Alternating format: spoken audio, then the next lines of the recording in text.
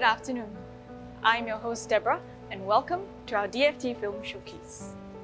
After 2 years of hard work in DFT, each student will finally go through their industry film project, student internship, and major project. Our students, with their production knowledge and skills sharpened, will return to give everything they've got to shoot one last short film, spanning from 15 to 25 minutes in length.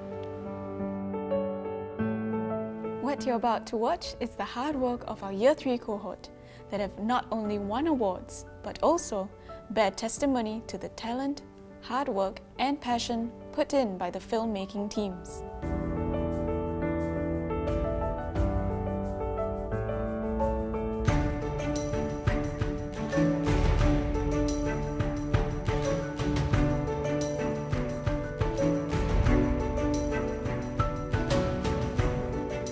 Please enjoy the handiwork of our Year 3 cohort, crafted with blood, sweat, and tears.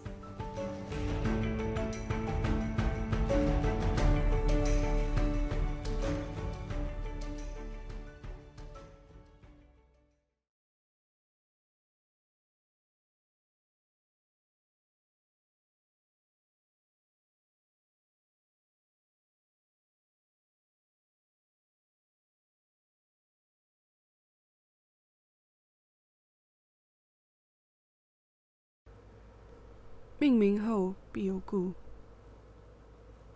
含义深深层层。若是故不争，若是名不俗，我名不争不俗。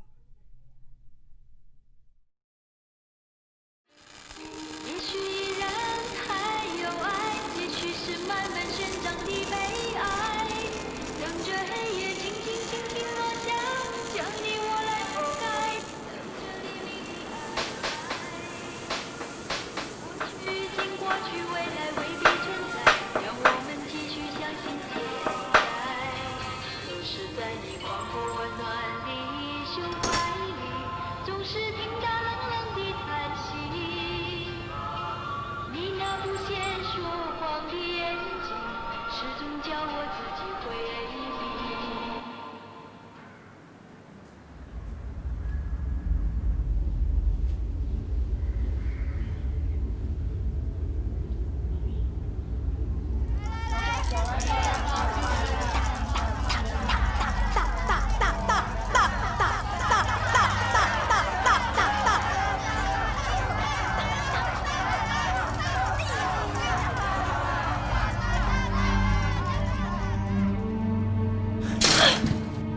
很会拖时间啊！欠钱还钱！对不起，再给我一点时间。你最好说到做到，任何之前的东西都可以。老婆，我回来了。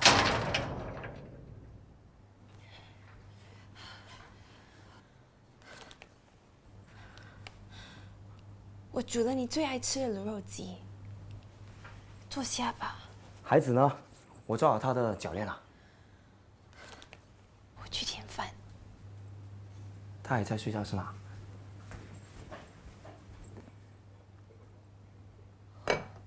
英，我们的孩子呢？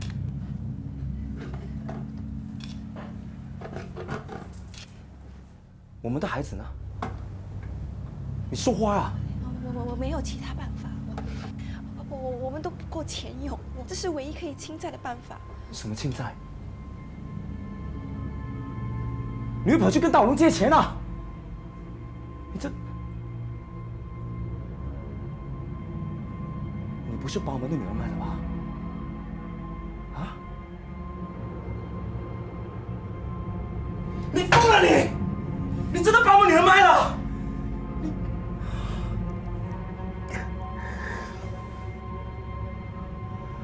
英，你欠多少次我帮你还多少次，现在你赌到连女儿都卖了，你真的无药可救你！哦，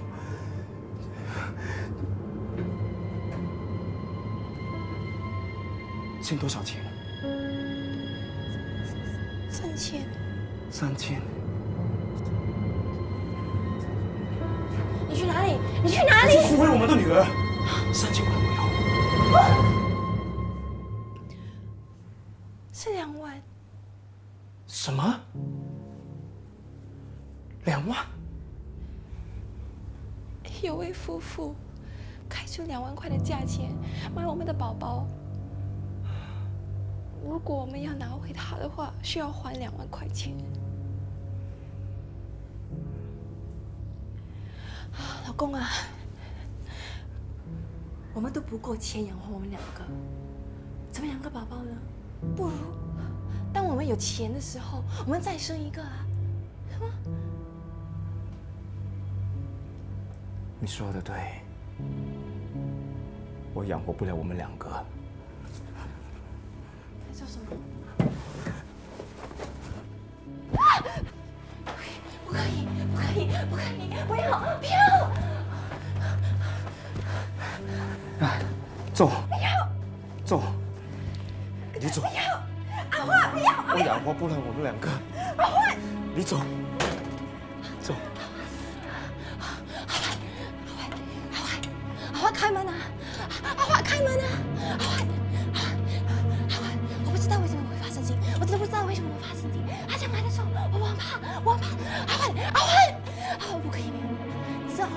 我不可以没有你的，我不可以。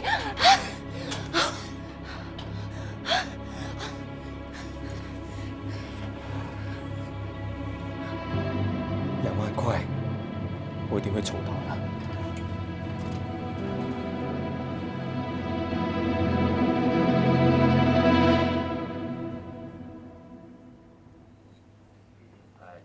阿华了，好久不见，来坐坐。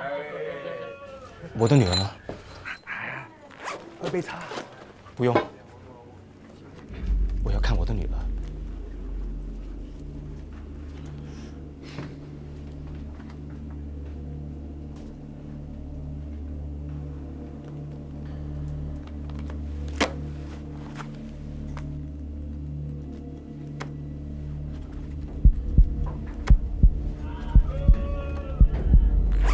孩子，孩子，别紧张，我们来聊聊啊，啊！不要怕，爸爸在，不要怕，爸爸在。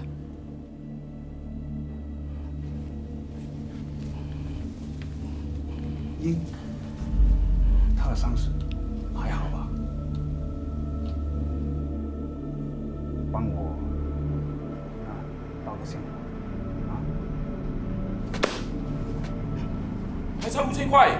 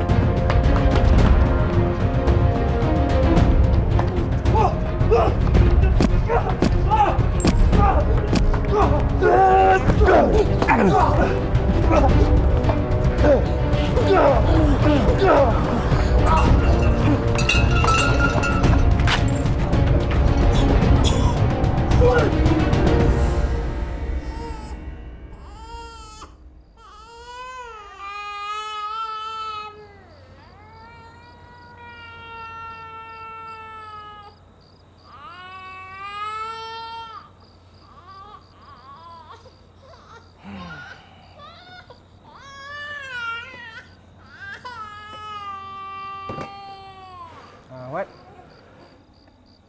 kalau kau nak apa-apa lagi, kau cakap dengan aku. Kau selamat kat sini. Terima kasih, Bang.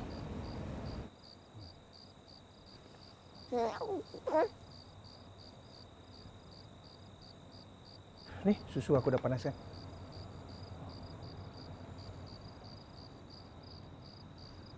Wat, apa pasal tak suruh dia susukan aja?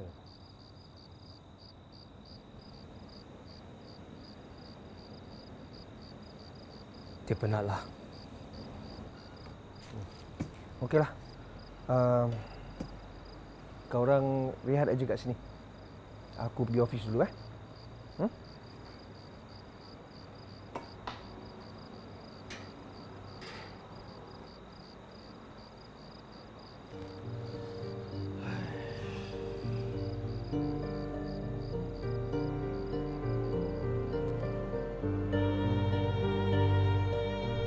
故事后必有爱，挣扎重重叠叠，父亲手上的皱纹，战绩来源我不晓，想尽办法喂饱妈，保护我，自愿自食骨头，乞讨长羹剩饭，他从不表露疲倦，不是希望，笑容长抱。我希望虽不失，但笑容难吃。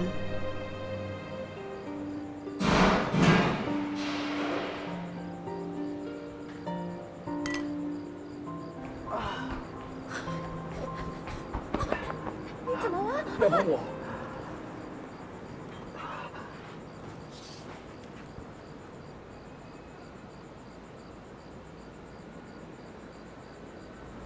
你可以不要看到我，就好像看到蟑螂一样讨厌吗？你就是我们家的蟑螂。你以为我没有发现你这几个晚上溜出去？所以，你认为我去哪里呢？你会去哪里？你去赌啊！我没有。你不要再骗我了！这些年来，你满嘴都是谎言。你说不赌，结果跑去赌；你说没欠钱，结果没这欠一大笔债。你死性不改你！你是我的老公，你知道为什么我开始赌吗？你有问过我吗？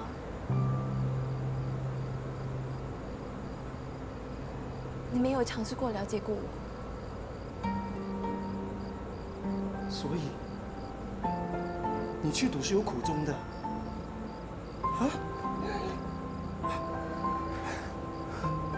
你为什么有这样的老婆？你根本不会当个妈妈！ Ya Allah, apa hal ni?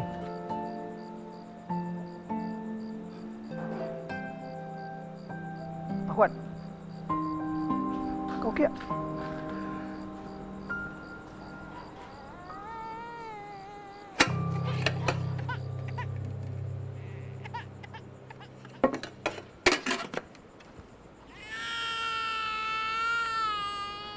Ahwat, kenapa tak suruh Ying susukan bayi tu je?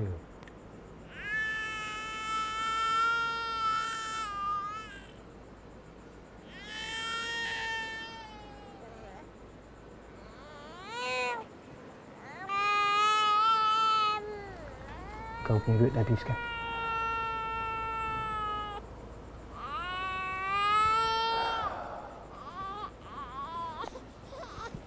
Ni. Bismillah.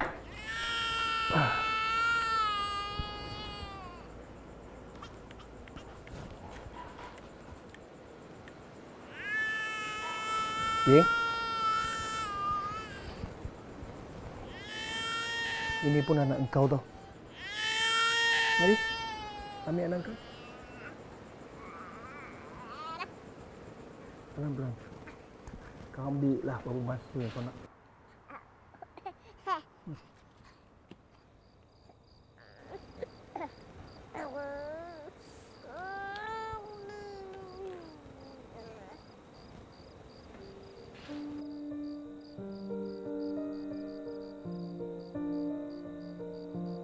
Fuad, sejak aku belakangan ini, ada tak kau tanya khabar Ying?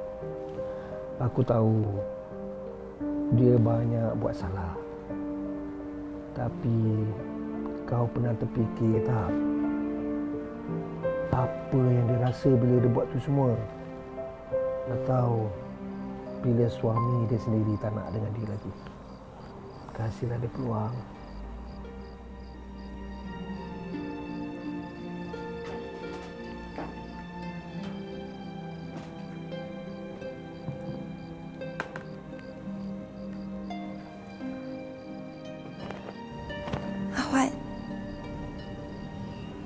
今晚你休息吧，让我照顾孩子。哦。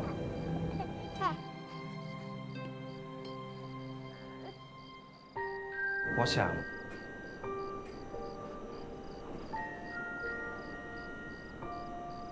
我们应该是时候帮孩子取个名字了。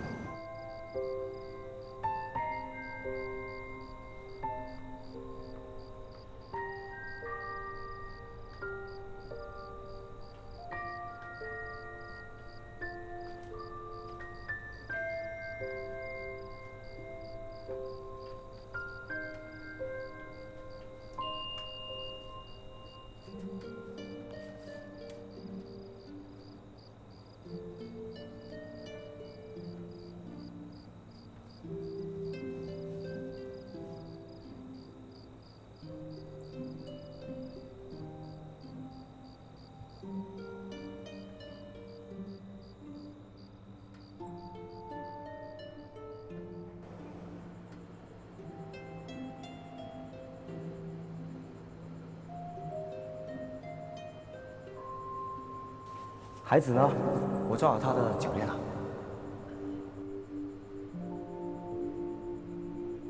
先多一点。来，我要点，来，5块，5块，给我4块，4块。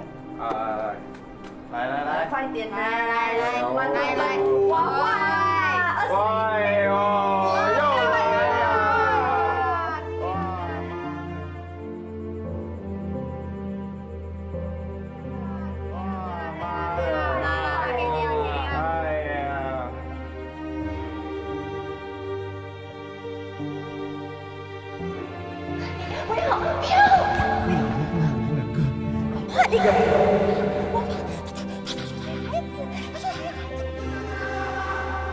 你真的不要求你！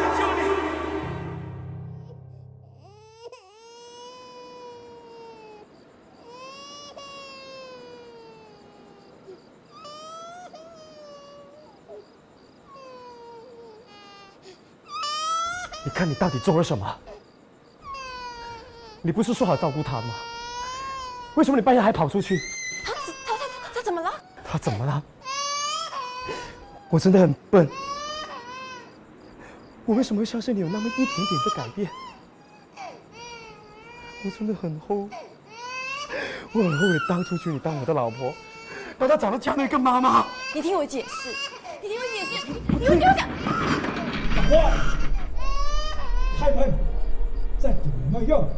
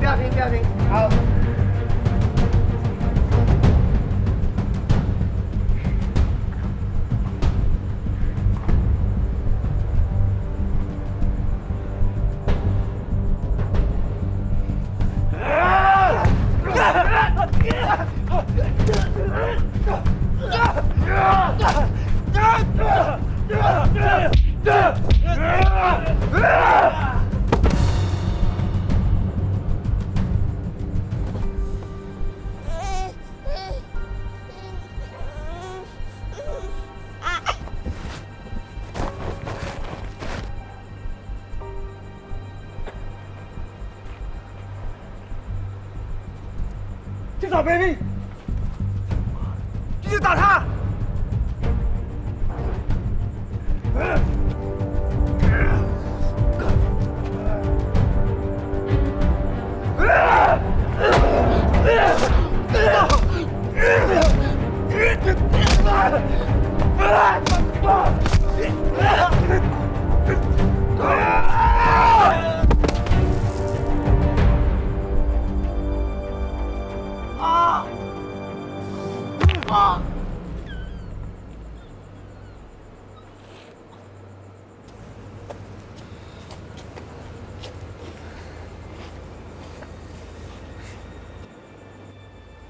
谢谢你的合作。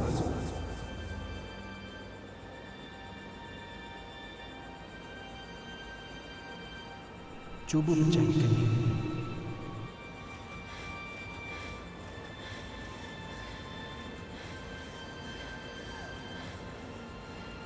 我有5000，包你好，我这里有5000块。父母手到安平，没料新加坡独立后，金融危机雪上加霜，路断人稀，公司倒闭，财源重重，如千万的人父，父亲不弃不舍，埋头苦干，人虽简单，但领悟夫道。妇道，母亲一开始误入歧途，惹上毒瘾，但终究有所开窍，恋上母刀，并求得赎款。命名后必有故，含义深深层层。若是故不真，若是名不熟，谢谢你守护着我们的女儿。对不起，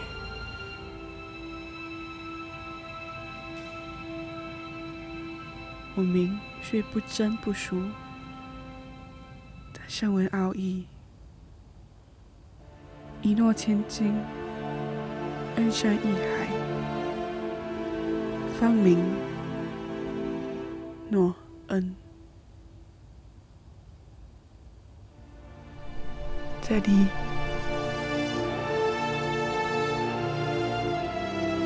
妈咪，谢谢你们。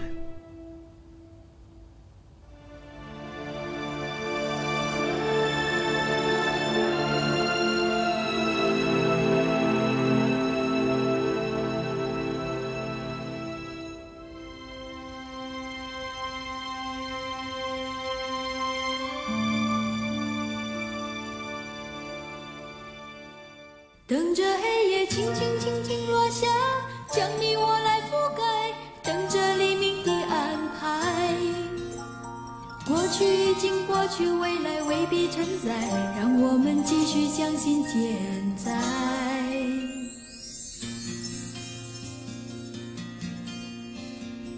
对你从来不改变，千种柔情说着一种语言，昙花的笑颜，星光的乍现，是我羞涩散乱的思念。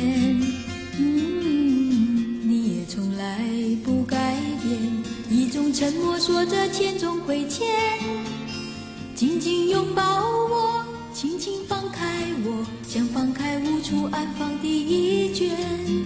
曾经我将无助的爱情紧紧枕在你的臂弯里，以为它将为我阻挡风雨，供我面对寂寞的潮汐。可是在你宽阔温暖的胸怀里，总是听到冷冷的叹息。你那不屑说谎的眼睛，始终叫我自己回避。也许已经不是爱，只是一种坚持的情怀。也许依然还有爱，也许是慢慢生长的悲哀。等着黑夜轻轻轻轻落下。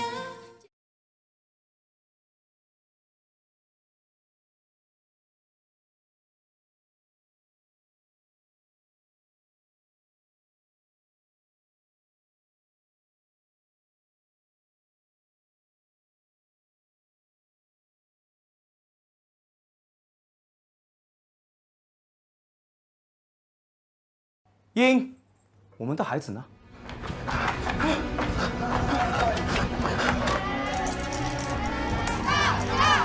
这是唯一可以侵占的办法。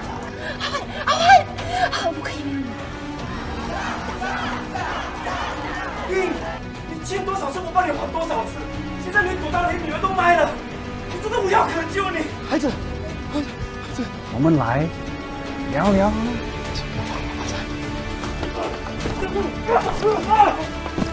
我为什么有这样的老婆？你根本不会当个妈妈。我们都不够钱养红的，怎么养个宝宝呢2万块，我一定会找到。好，继续吧。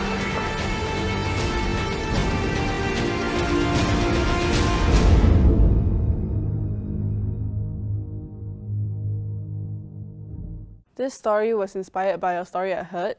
Yeah, so it's about a father who had to buy back his daughter. After buying back his daughter, getting back the daughter, right, he was still gracious enough to went out to look for the wife to take care of the family because he believed like the family is not complete without the mother lah. So when I heard this story, I was like deeply moved by his intentions and decided to pitch it to the lecturers. The difficulties that I experienced with the story is that, first of all, the era. I'm not born in the era. So coming up with relevant plot points in the era was difficult and it requires a lot of researching. A lot of research went into finding the exact things that we needed for our shoot. The most difficult prop that we had to find was the payment voucher. We didn't know exactly how a payment voucher would look like in the 80s, so we had to actually ask people who loaned from the loan sharks and from their previous experiences what did they get.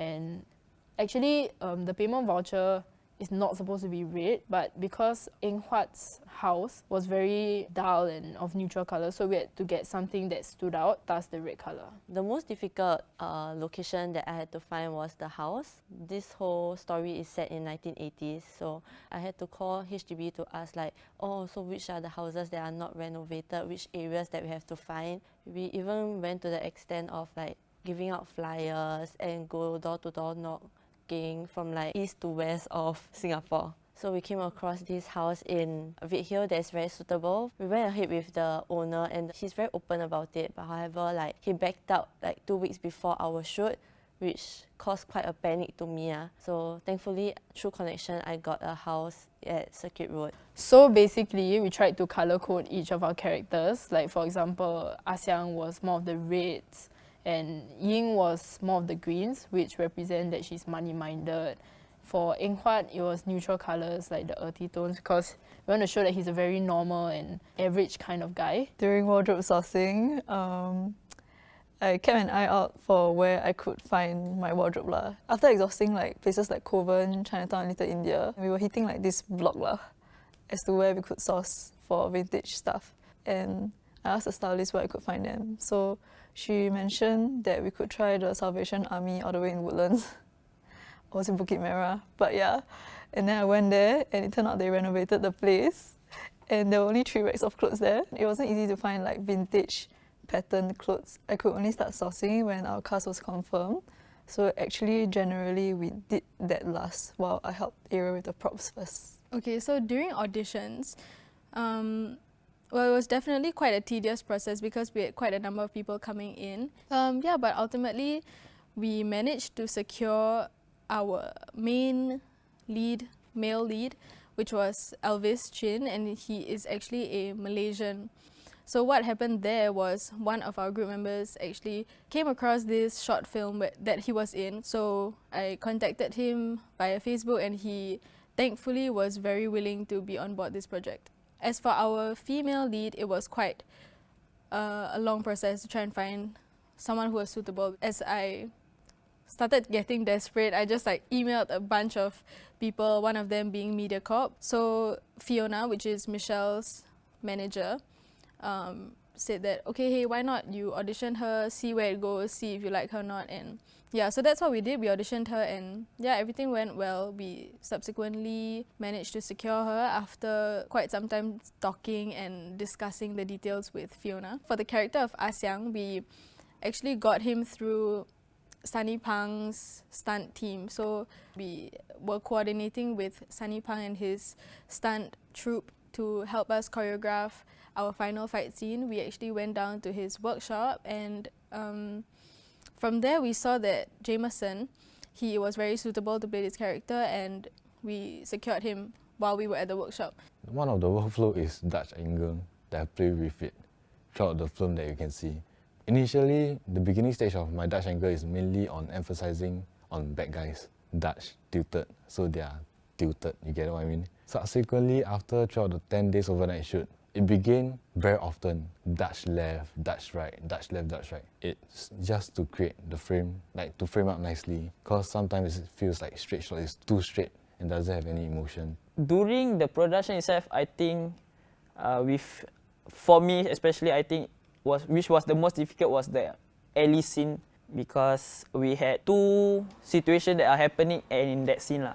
So basically one of them was a group of people gambling, and then there's Eng Huat being chased down. So to actually light up both situations simultaneously, it was quite a challenge for me, but with the help of my friends and my group members, I think we actually pulled it through together. There are actually few scenes that I actually enjoyed. One will be Asiang's gambling office, where I actually played with T5 tubes and also practicals. Why it's my favorite scene is because I actually get to build up the mood and feel of that scene from scratch. The scene that I enjoy the most is actually the toilet scene itself, which is a big accomplishment without using any lights. I think our dreams, our inspiration has become bigger and bigger each day when we're trying to film this scene. But actually, to think twice again, you can use whatever practical source in the toilet itself to shoot a nice scene, and also feels like it's actually, oh, it was lit well. Due to the time constraint and the way we shoot is actually like a feature style. Sadly to say, it was removed lah.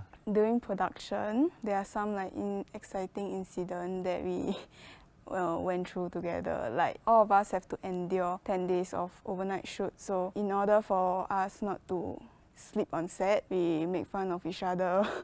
I think of like pasting tape on our producer eye to make her stay awake. So for post-production, I did a very rough edit at first, which I lay all the clips that is needed in, and because the whole rough edit was about 1 hour. A lot of scenes were cut, and some of the scenes that we really liked was also removed. How I found the song Let the Night Gently Fall is, since our era is in the 1980s, I went to search songs that we can find based in Singapore. There's a song called Sin Yao, made by local Singaporeans themselves in the 1980s. So when I showed the director, Grace, she chose that song, that particular song, because she says it fits the whole film. The most enjoyable part of the whole process during production is actually the Foleys, because my boom operator, Jackson Ho, he was the one that helped me with Foley sounds like Ian gets choked at the wall, right? He will do the Foley for me, part where Eng Hua falls on the floor and struggling, and then he will he's willing to go to the floor and struggle for me. So yeah, that's the most fun part. Doing the Foleys, actually, recreating the sounds. For the role of baby Grace, initially we had one baby, but we figured that we couldn't use her anymore because by the time we reached the point that we needed to use her, she was too grown up and we couldn't. So we found a new baby through Grace's contact. Her friend just gave birth, and just nice during post-production we can shoot the baby in the studio, which is a safer place for the baby. For the pickup baby shoot, we cannot actually shoot that wide because we are shooting in this studio over here, and we cannot even shoot this close because we are filming it in a bigger cinema screen. So technically, we have to frame just nice in the middle range of the focal length, which is around 50, which reach until the size over here. So when we preview it, it actually looks pretty normal.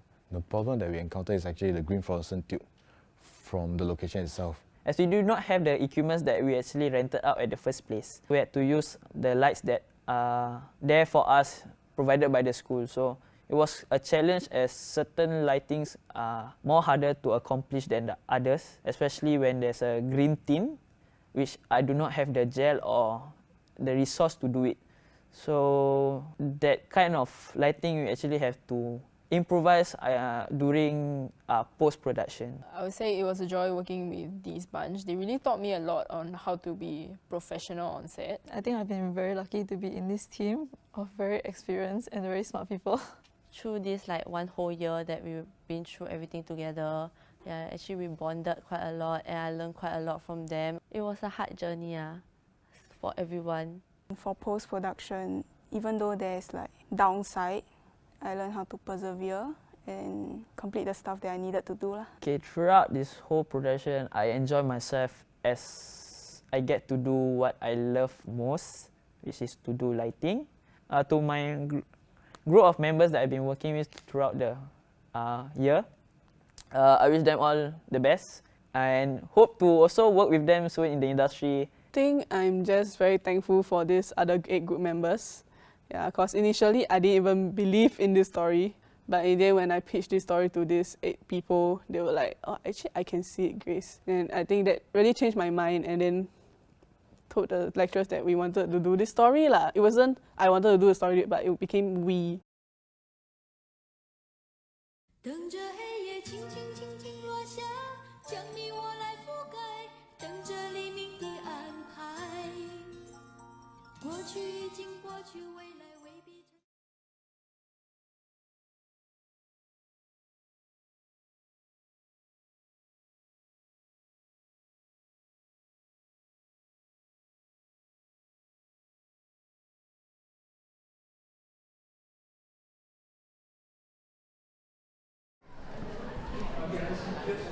Alright class, I know A-levels is around the corner, but don't worry, I'll be here with you every step of the way.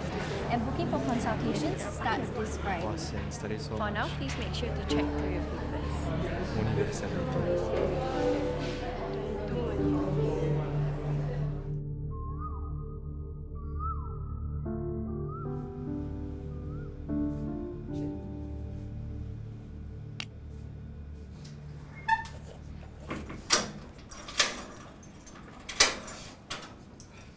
妈，回来了。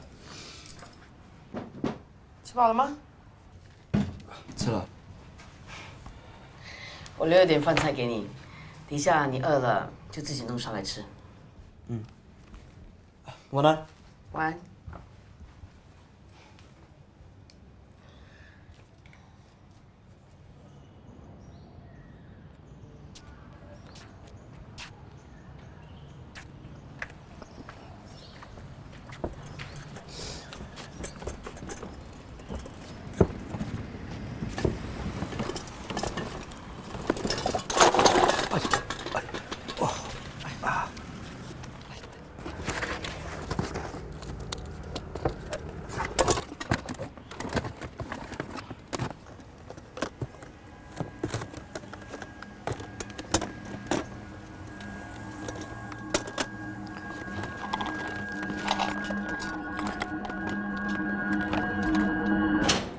放这里就可以了。拿着。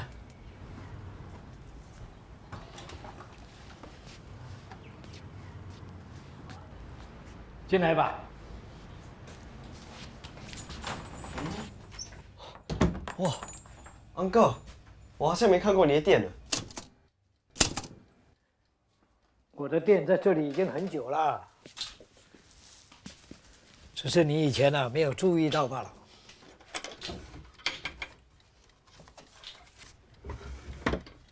博雅，10钟给我。好。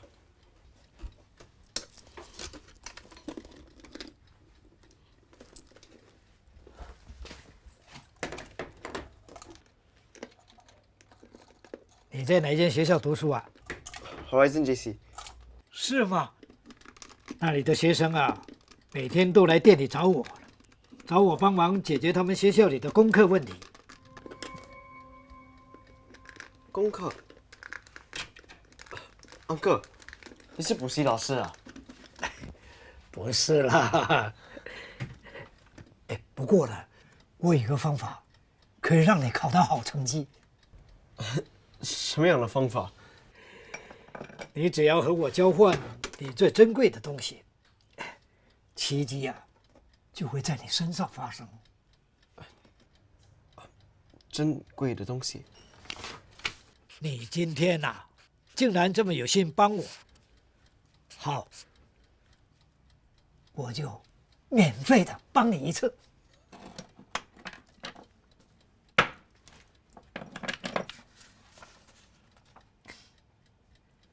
那。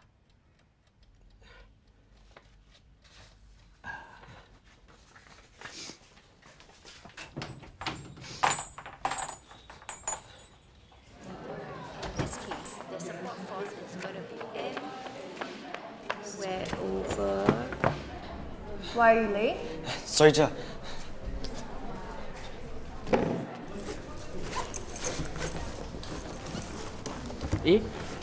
Not bad, huh? What kind of new study trick you found? Okay, please do your corrections based on this example. If you have any questions, I will come to you.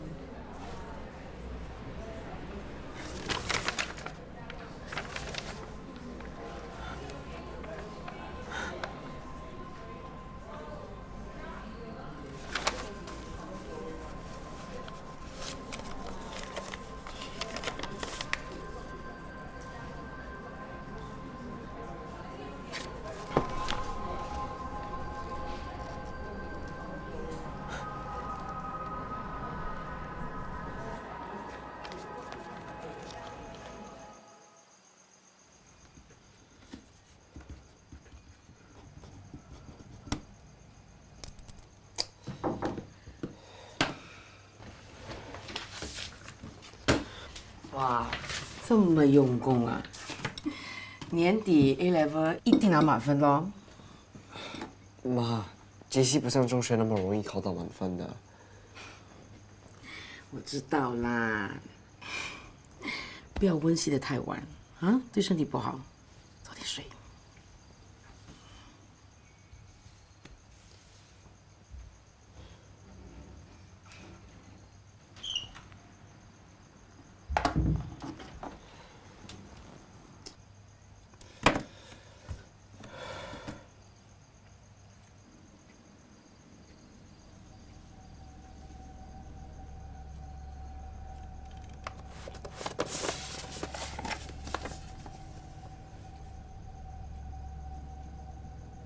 我有一个方法，可以让你考到好成绩。 Class, remember there are more tests next week. And don't forget that A level is only in 62 days.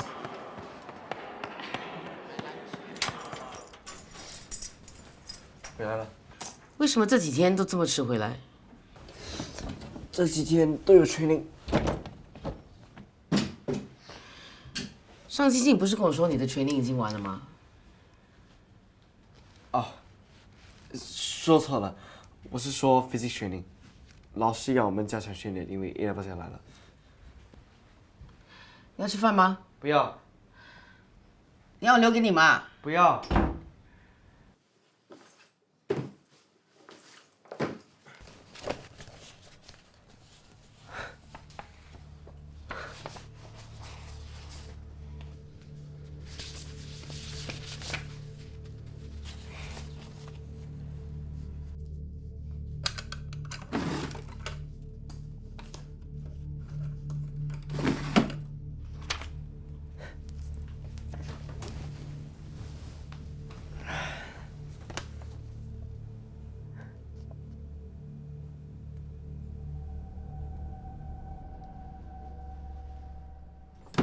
Uncle， 你能给我 A 吗 ？Uncle， 我已经把所有的东西都给你了，为什么我还不是最好的？你的东西还不够珍贵。不够珍贵。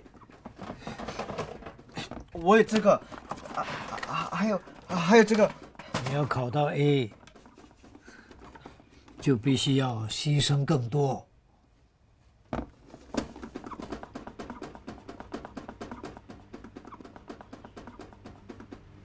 那我还能给你什么？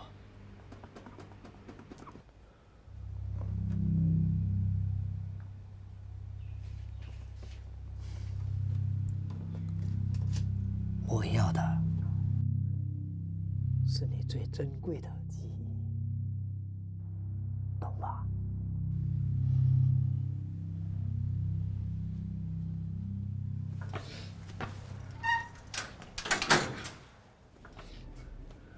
不是叫你早点回来吃饭哦，生日都不提早回来，过来吃。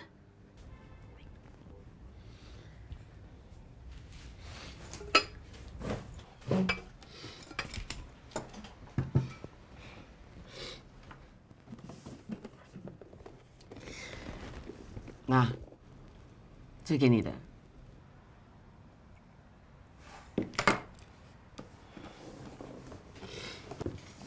这是什么？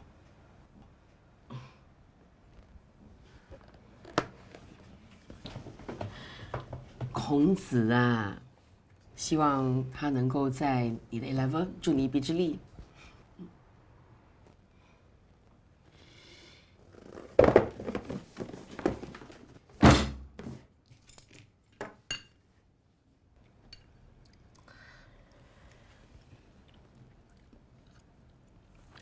今天学校怎么样？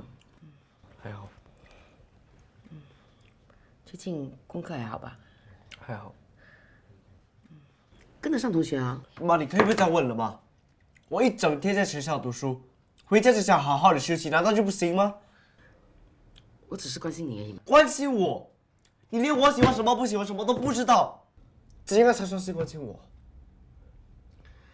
你每天早出晚归，连坐下来跟我吃顿饭的时间都没有，我怎么了解你？因为我在学校很忙。难道你看不出我已经很努力了吗？我知道你很努力啊，但是你要去哪里？你管我去哪里？你什么都不懂，你只懂了逼我考到 A， 你不知道这些很难考到 A 了吗？我几时逼你了？我要你考到 A 也是为了你好，因为我知道你能够做到啊。妈，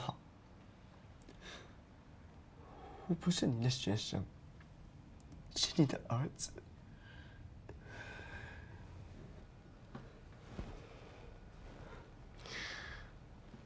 做你妈很难的。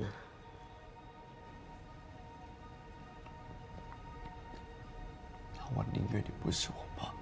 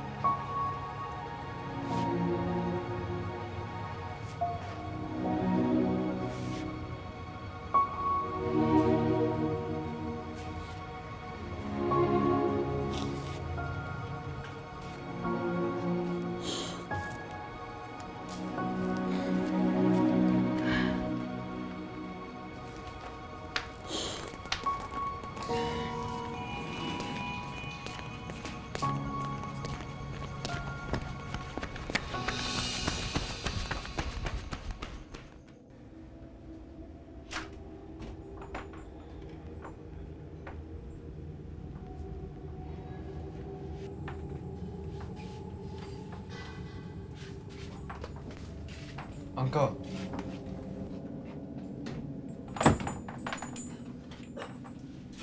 Uncle，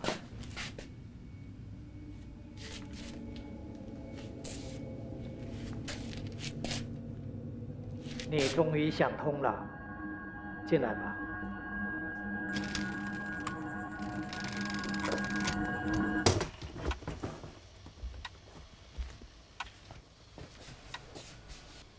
别担心，只要照着我的话去做，很快就会结束了。你只要我的记忆而已，对吗？对。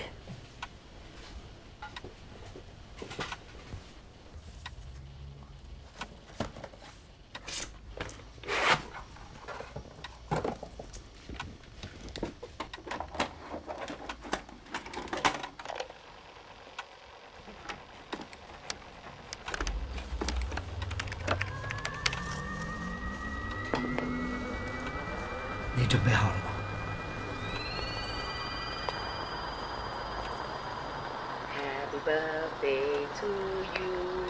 Happy birthday to you. Happy birthday to Jinwei. Happy birthday to you. 好了，可以打开眼睛了。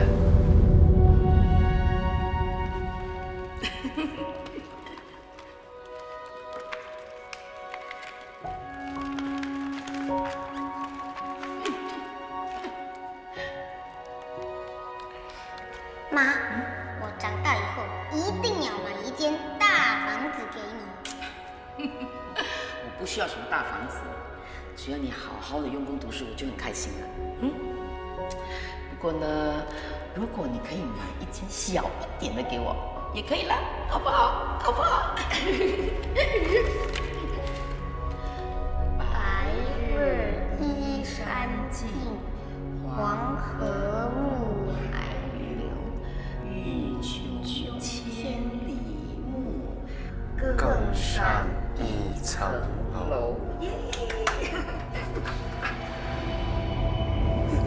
我跟你讲过多少次了，叫你不要乱跑。哟。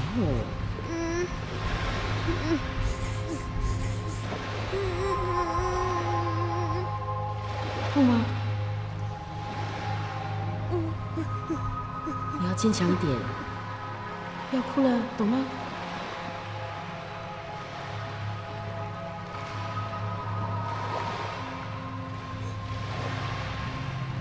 记得每次跌倒了要懂得爬起来，知道吗？不准碰你记忆里的人，不然你的大脑会损伤的。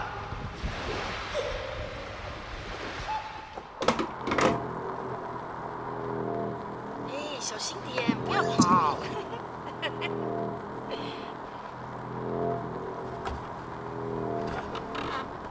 我一直是想好好的学习的，但就不行了。我只是关心你而已嘛。关心我？你连我喜欢什么不喜欢什么都不知道，只应该才说是关心我。我要你考好，也是为了你好，因为我知道你能够做到啊。我不是你的学生，是你的儿子。做你妈很难。那我宁愿你不是我妈。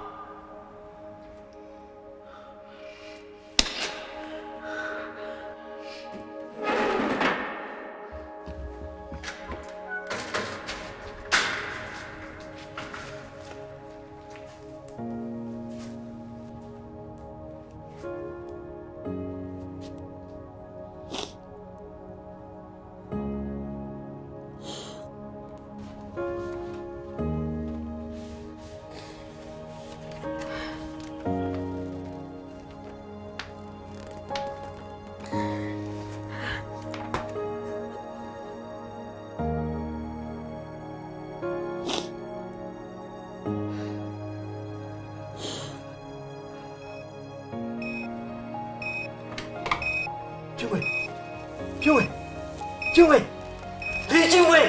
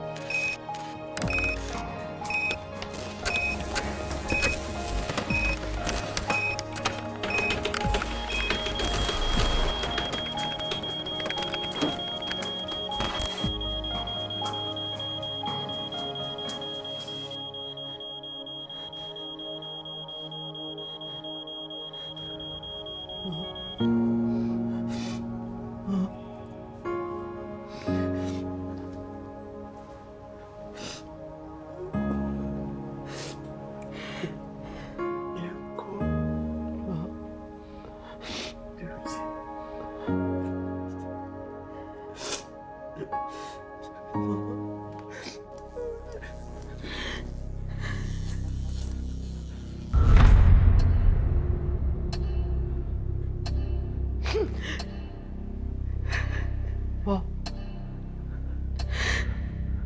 妈，老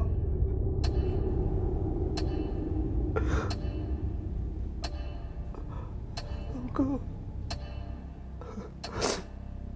老公放我出去。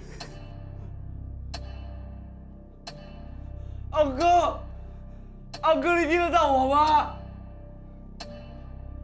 傲哥，放我出去！站起来再说吧。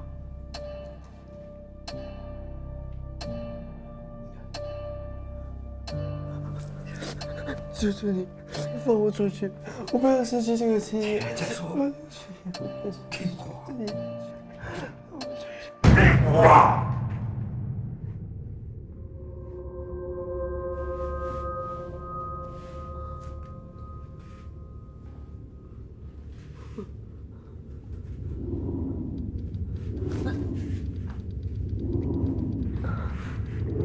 我只是要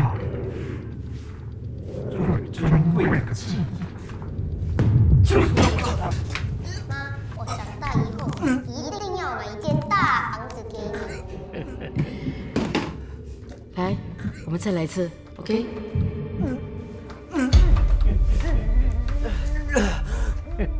这么有功，你 A level 竟然满分。你不知道今天有好多亿的吗？是你的学生，是你的儿子。看看你妈有多开心呐！哼，看看你做的妈妈可怜呐，只会依靠着你妈。妈，你可以不要跟我再努力好吗？也都永远不会考得最好的。你要坚强一点，不要哭了，懂吗？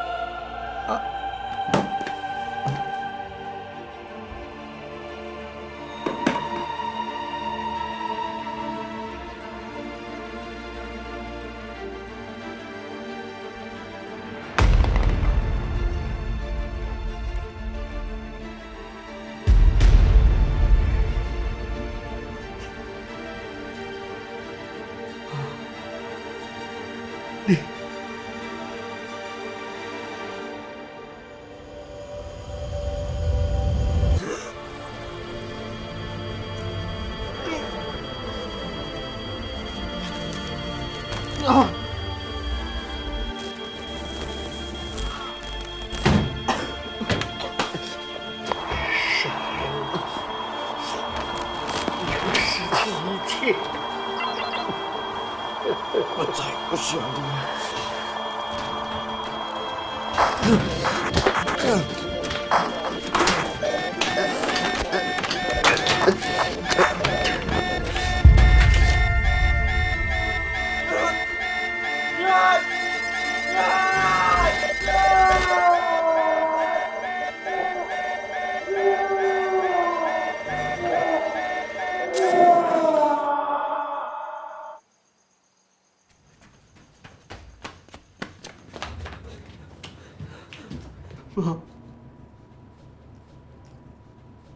对不起。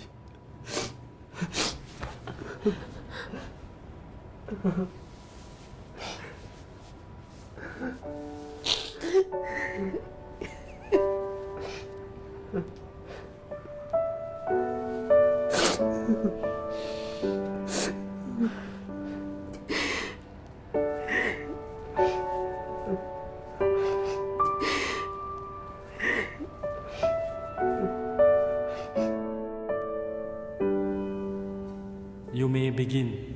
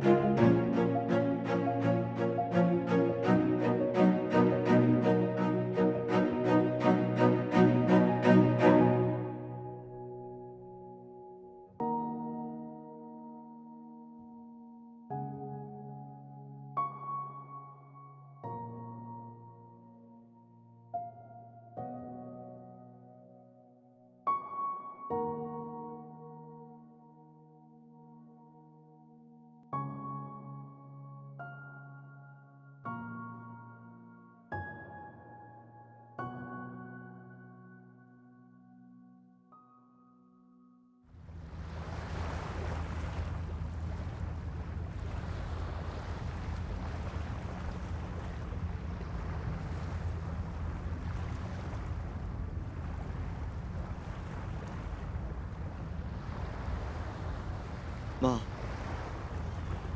这是我的成绩，你满意吗？你自己呢？你自己满意吗？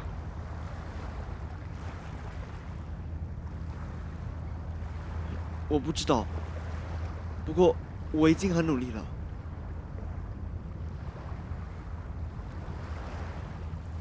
你尽力了，你应该为自己感到开心才对啊。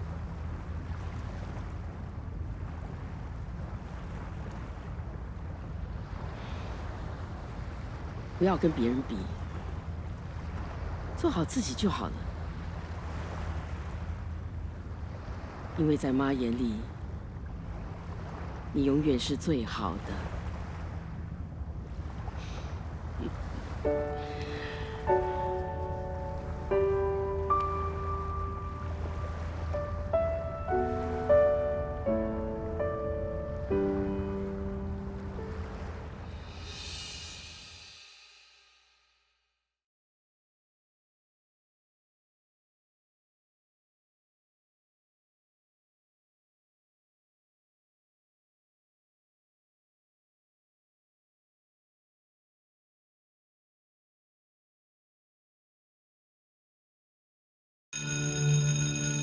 Alright, class. I know A levels is around the corner.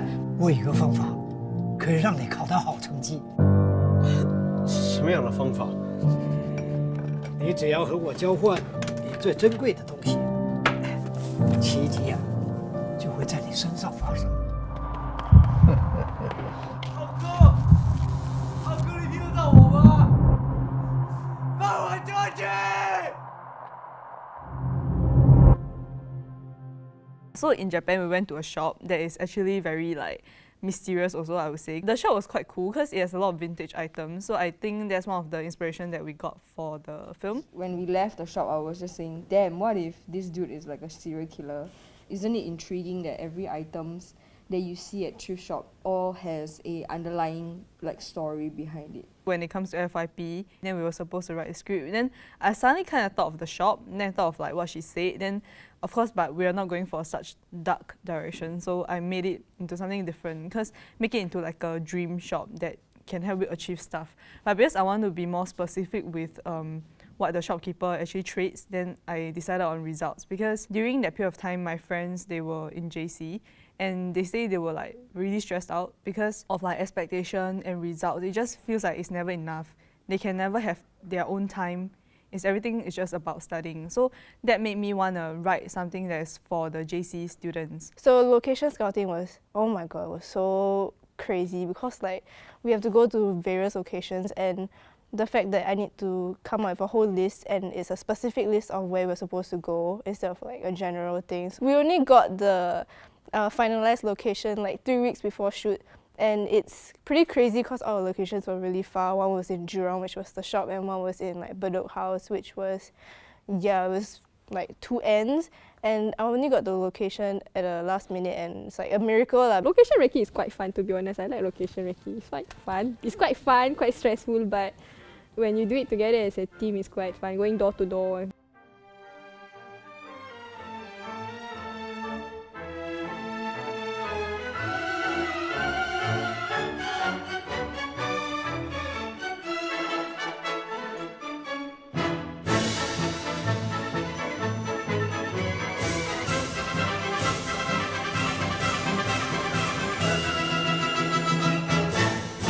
The thrift shop is like something that is definitely not done before. Like we could find references in real life or in movies, but it's definitely uniquely Singaporean and unique to the film. We have created a concept of the shop, which is like a thrift shop, also have full of unique stuffs and vintage stuff.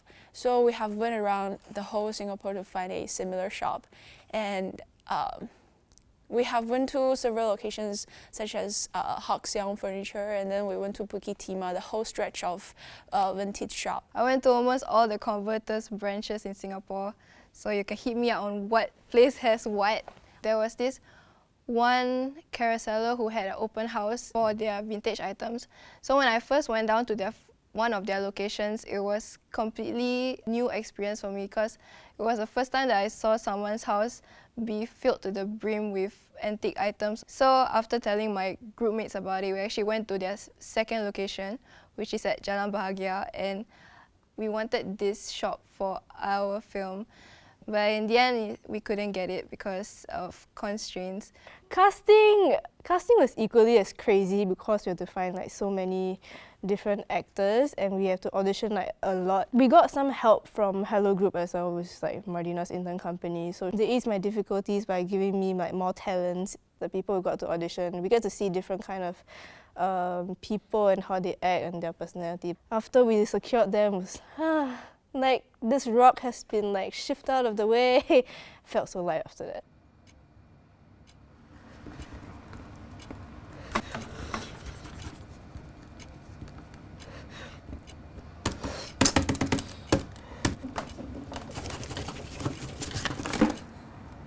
Lee Junwei is I think it's a boyfriend with a lot of insecurities. And like insecurities that a lot of students have, like insecurities with their grades, feeling like they're not doing enough to beat their friends, not doing enough to meet their own expectations, meet their own mother's expectations, and just to have that kind of self-worth. The whole story just shows him trying to turn to something else to satisfy this insecurity. For Junwei, I think the most difficult things to find was the things that I had to customize. One of them was his PE attire and Junwei's basketball jersey. It was actually quite a challenge to find a PE attire that I had to kind of find from scratch. So I found a shop that already had it in stock, which was a white dry fit shirt with like black details on the sleeves. And then I went to another t-shirt store that allowed me to print the Huan logo on top, which was designed by our dear Dina. At the start of the film, he's really tired, but he's working very hard for his test. He didn't get good grades. But the more he meets Huan, the more he gets influenced by Huan. He starts selling his things. The more he sells his things, the more his eye bags will show. So it gets darker and darker each time. That's, I think, one of the most important parts of Junwei's makeup. As a teacher character for the mom, it kind of like explains why Junwei is like that, why he strives for the best, and why he might not be, why he's under so much stress. But we're not trying to put like shed a bad light on teacher, but we're trying to say that like sometimes as a teacher you might focus too much on the academics because that is what you are used to doing in school. One of the reasons why we chose to make the mom the teacher is also because we wanted to emphasize more on Junwei's upbringing and how at different stage of his life he had different goals and his attitude was different towards his mom and things like that. The very idea that his mom is very strict but at the same time she's very nurturing is actually, I felt that it was relatable to a lot of parents out there, especially traditional parents. 我觉得素芳她是一个很传统的女性，首先她不是只是家庭主妇哦，那么她本身的职业是为教师教员，所以呢在家里就是整天就是有很多本子要要打分呐，这样子有很多工作，老师都是这样子，都是很忙的，对吗？然后回来了就接到孩子，那么希望做最好的菜，好好的照顾他。 关心他，可是就像一般的母亲，大多数的母亲，在关心的当儿，其实不知道怎么样才是所谓的正确的关心，就是孩子会觉得说母亲给他压力，其实他没有啦，其实我觉得他就是尽他所能去保护孩子，希望孩子好，但是孩子通常都会误会的，因为爱而不懂得爱。 比根本不爱更悲哀。幻，他是一个科幻的人物了，所以要演这个角色呢，除了说了解剧本之外，还是要靠一些想象。为什么他能活到这么久？他的目的就是要吸取那些年轻人的记忆。So Huan is one of the major characters in the film where we really didn't know who and what he was at first. It was a character that we had to develop on as the story and the scripts progressed. And eventually we got like a very interesting Karanguni type uncle, but the major pieces of his wardrobe were unusual, or they were very interesting, or at least eye-grabbing. Magical realism is a genre that uses like the fantasy aspect to bring out, like for example, like social issues, which applies to our film, like bring out the pressure that Singaporean students feel from exams But I wanted to focus more on the drama aspect And I also feel like this film needed a lot of handheld camera to really show like the relationship between the audience and the character Jin Wei So like a lot of times when he's frustrated, I'll be handheld. And then also quite a lot of times when he's like in the fantasy world, he's handheld also to either give like nostalgic feeling or to show the audience that something is going wrong. Then for lighting, I would say like the green lighting is actually inspired by the Adam, the NTU film, because I saw one screenshot. Then it's like that green fluorescent tube, like a practical in the foreground, then like a red fluorescent tube in the background. Then I thought like, whoa, if this green color exists in real life, which like actually if you notice like a lot of old places, if their fluorescent tube is like old, then you have this green glow. Then I thought about it like, wow, actually this green quite nice. Then it actually like, for me it became like Huan's color because power, greed, and evil. Yeah, then from there like the film sort of gets greener as you go through each act.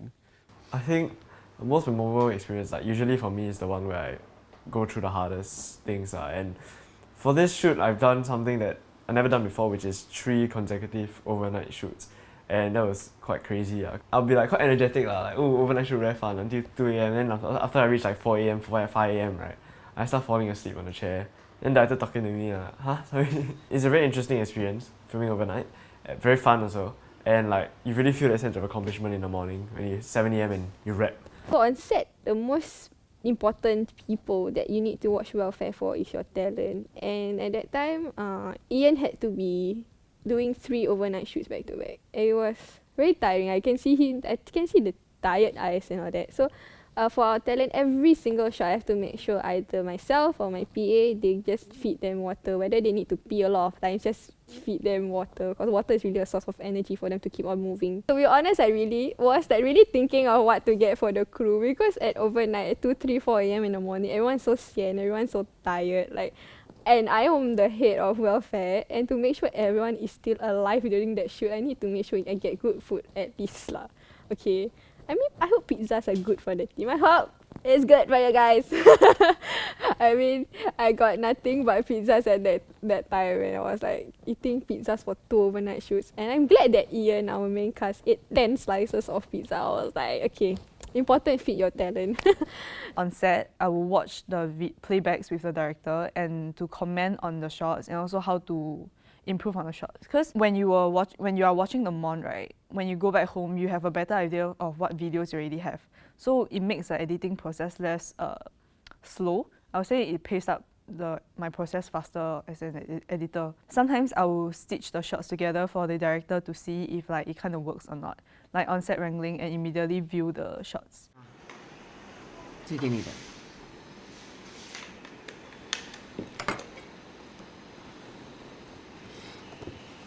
这是什么？ What's this? I want you to score well, so I got you this.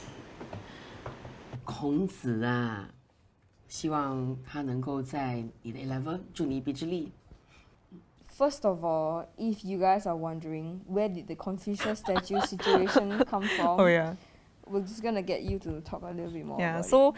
when everybody heard of the Confucius idea, they thought it was like out of the world. They're like, what kind of thing are you thinking in your head to come up with this Confucius idea? Until I say that, you know what, it's a true story. So my mom gave me but I wasn't like defensive as Jun Wei because I mean I thought that it was really funny. Then it was something very different that like honestly I've never heard anyone done this before to their kids. Then she gave it to me. All she wanted her to do after getting this is to score well for her exams. Yes. So Yeah. that inspired that part of the film. But because our main character Junwei, right, very passive aggressive and then very doubtful also. So he took it the wrong way. I'm not talking about you. So when it came to building the shop in our Huan shop, there's actually one section which Eva mostly arranged. We have wooden shelves, we have like more than 20 practical lights in the room and full of unique props. Like, I think all the pawn shop scenes are nice, like really just because they are lit by practicals. I mean, I have a good camera with very high dynamic range, so exposure isn't a problem. But I really like when I have a light that is just placed there, and when the talent walks around the space, like giving their performance, like the light interacts with them. I don't need to purposely light for them. The middle scene to me is my favorite because he's actually just lit by a single practical and the ambience of the room, and the placement of the practical was there since the start, but it's actually like the blocking and Junwei's like performance that really made the lighting shine up. From how the idea was created at first, I was like really looking forward to how the thrift shop would look like. And honestly, like it's very surprising because it actually turned out differently from how I thought it would be, but in a good way because everybody has a different concept of the thrift shop. So it was very exciting when I first saw the thrift shop. I thought like, wow, everyone's gonna be so impressed by this. Then I'm very happy to be in the set, you know, and then I'm like a proud mom looking at the script coming alive. The only reason why it's unique is because it consists of items that belongs to each and every one of the team members. It kind of fits the idea of the film as well, the whole idea of, you know, trading in your precious item. So I'm happy that, you know, the shop turned out so well. All of the art department's hard work went into that. So like we spent 3 days just to build up what is on screen. The thrift shop is like a baby for the whole art team. Everybody was so satisfied with the outcome of the thrift shop. So everything happened in that shop is memorable. One of the most memorable experience on set was the day where it suddenly rained very heavily. It almost killed all of our tech equipments and things like that. I witnessed all of us, from the producers, from the production team, from the technical team, we all come together to save the equipment. Almost all of us get drenched because of the rain, but then even like the rain won't stop us from carrying this shoot. Yeah, so it shows the passion that we have for filmmaking. I've always imagined the memory extraction room to be a place that is very cold, and then the items that are used by Huan is definitely the items that he collects. So it looks like it's very homemade. It should look like it's different, but at the same time it should have some elements from the main thrift shop itself. So that's why we have like those Chinese names on the VHS tapes and things like that. It's just like the Huan's personality. He has the welcoming like look, but deepest part of his heart is evil. So to create the contrast, we have created the color of the Huan room into a colder tone, and more metallic stuff will be added in, more electronical stuff will be added in. When Huan is like really evil, then I lead him the same way with a top-down light. Then he has like a kick from the side of like either tungsten or red. Yeah, then there was one shot which is very nice. It's like the low angle one. Wow, they're very evil. I think like that's my favorite like shot of the entire film. 说实在的，这样的片呢，我是第一次拍呀。我觉得那些假的科技的东西也蛮好玩的。For me, like I got my own set of vintage lenses lah, which add a lot to the story. So like if you look carefully, every fantasy scene is shot on vintage lenses. So I think that really helped bring out the fantasy aspect, because these lenses are very different from the Canon C and E primes. Like they're very old and they're very like, they cause a lot of workflow problems. But at the end of the day, the look, the character, the bokeh, all you cannot find in the Canon C and E's. I would say that the whole memory sequence is actually my favorite part of the film, because it shot it in a way that is very nostalgic and very close to home. And it's also a segment in the film where you truly see the tender side of both the characters, where you truly empathize with them. 我最喜欢的其实是最后一场戏，就是那个和解了之后在海边拍的那场戏。那场戏没有什么话的，就是默默无语这样。可是那个尽在不言中，那个诗感非常的重，所以呢觉得很有意思。Rough cuts initially, my first cut was 42 minutes. We actually managed to like change up the scene a bit by taking off from the script. It's like by removing some parts from the script and stitching it back together. So it really involves a lot of creativity and like flexibility on doing like stuff like this. But the director is also beside me to advise me on how to rearrange the scenes. Even the lecturers also like advised me on that. So yeah, that one was, it was tiring lah to cut things down, but in the end we still made it. So I'm very like proud and very thankful about it. 很开心，因为跟你们这些年轻人在一起啊，你们都充满着活力，这个会感染到我这个老人家。导演都很细心的分析这个角色，还有这些工作人员都有耐心，对我也蛮尊重的，对年纪大的人都很尊重，我觉得这个是很难得的，这是我最感到欣慰的。I'm very happy with the crew lah. Very thankful that despite all the long hours, tiring shoots, they were always there to like make sure that I was well taken care of. 其实我觉得这整个制作团队，觉得每个人都很有爱心呐，就是很有爱心的，就是要不要喝水啊，热不热啊，要不要纸巾啊，这种的，所以无微不至，你知道吗？对，所以我就觉得是很 nice， 他们真的是很有爱心的年轻人。那么看到他们团队非常的和谐，非常的团结，互相帮忙，这也是很感动的一件事情。他们的热忱也深深的感动了我，希望他们好好努力，为我们新加坡的电影圈就是能够增加更多的活力。To look back on the whole process of like more than a year, I think the whole thing just like super memorable to me. It's a meaningful experience for everybody to grow, to learn. It's just been a long journey for all of us to bond together, to understand each other's difficulties, whether it be personal or whether it be team related. But now, after finishing the project and seeing it on a screen, I feel proud. I feel so proud of my art team, the group. At the end of the day, we might not be the most bonded team, but at the same time, we still go through this FRP journey together, and I'm very happy to go through it with you all. Don't know why, but this film was quite important to me. That's why I strive for a lot, like visually. If I were to do it again, I guess I'll give it a shot again. It's fun, like FYP, it really is. Just enjoy the process. I can see that all of them are very passionate in doing their tasks. This friendship that is formed during this project and all these lessons that I've learned, it will basically stick with me for the rest of my life as well. I enjoy FYP, I'm very proud of this film, and I'm very thankful for everybody's hard work that's put into this one. No matter what happened, honestly, no matter what challenges you face with every member of the team, it's an experience, and I love everyone. I like everyone. It's a good team. It's a great team, and it's a great film. Yeah, so watch it, everyone. 这群年轻人，让我很实际的感受到，要梦想是很重要的。Just don't miss the film. Just go watch it. That's all I can tell you.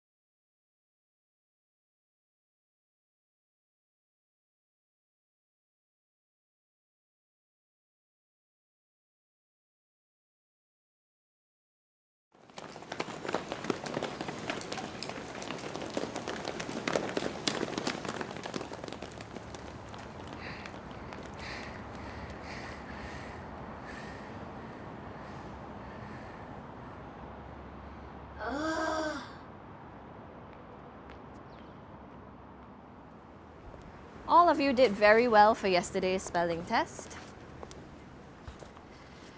Especially Emily. She got full marks. Well done.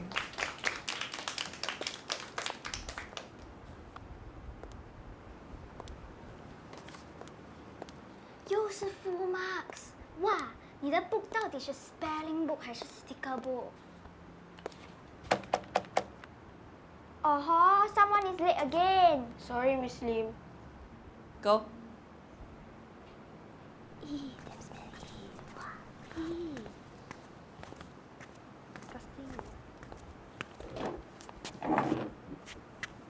Class, I hope all of you can learn from Emily. Especially Haziq. Haziq. This is already your third time getting a 0. Can you please stop laying eggs? You're not a chicken, you know. Chicken. Shh. Don't laugh at your classmates.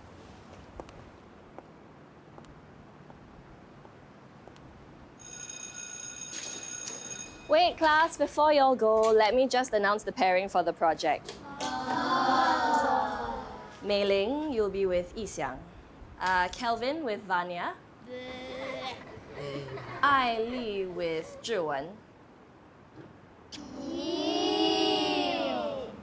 Emily, you pair with Haziq. Miss Lim, can I pair with Sarah instead? No, But Miss Lim. unless you want this, 3. 0.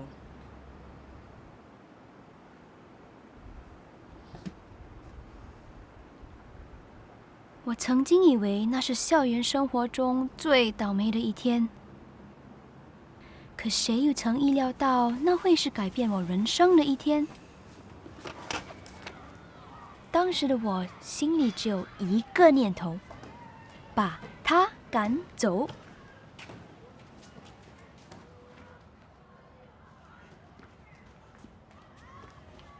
把拉链拉开。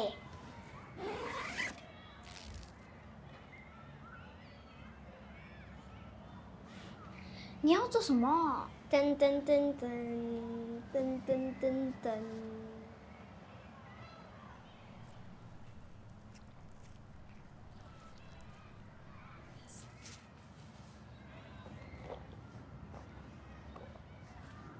OK， 搞定 ，Let's go。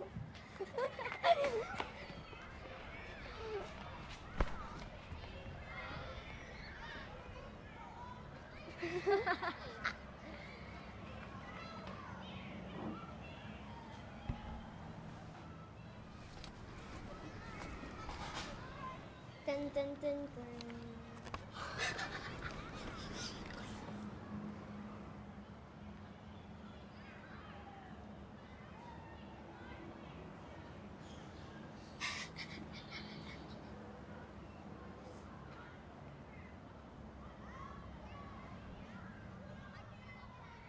诶，他在我桌子做什么？我要上厕所。Oi! What are you doing? I thought this was your egg. It's not my egg, it's your egg. Why would I have an egg? Because it popped out of your spelling test. You got 0. Oh, I see. Thank you for your egg. You. Welcome. If you're not happy with me, then just tell teacher. Tell her you want to change partner. I will understand. Alright, class, I want you all to take out your dictionaries and find out the meanings of these words. I expect all of you to have brought your dictionaries today because I reminded you yesterday.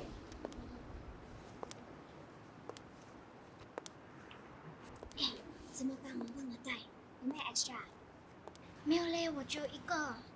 还可以借给我吗？等一下我会被老师 punish。 If you didn't bring your dictionary, stand up now before I find out.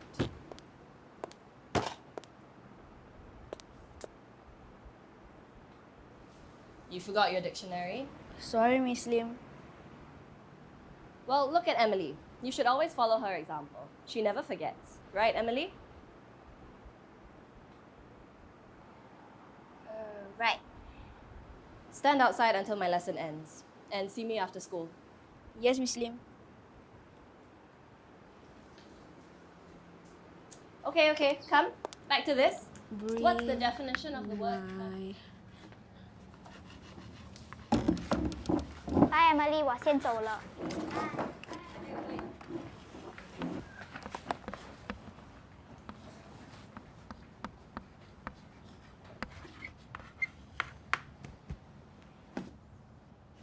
I'll pair with you, but only for work. Okay. For this project, we must find a company where we can work for together one day and... Oh, I already found a company. You found a company? My nenek runs a business. Oh, what company? It's called Hong Pan Yu Private Limited. Really? She's the CEO. Really? Whatever. What's the address?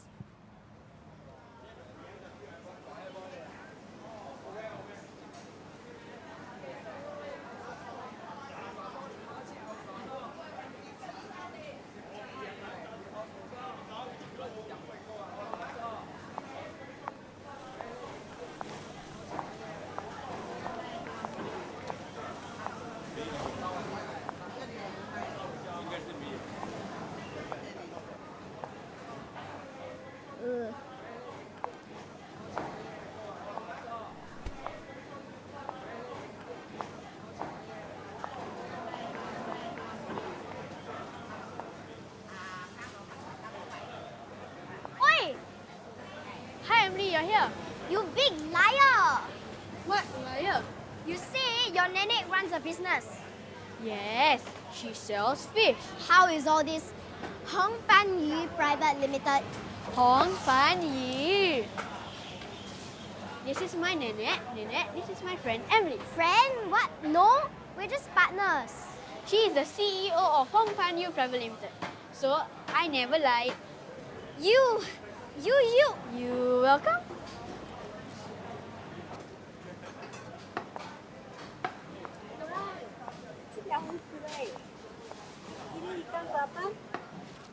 Auntie啊，我会晓福建，我哋安尼好事，把心你哥哥就好。你拜过来。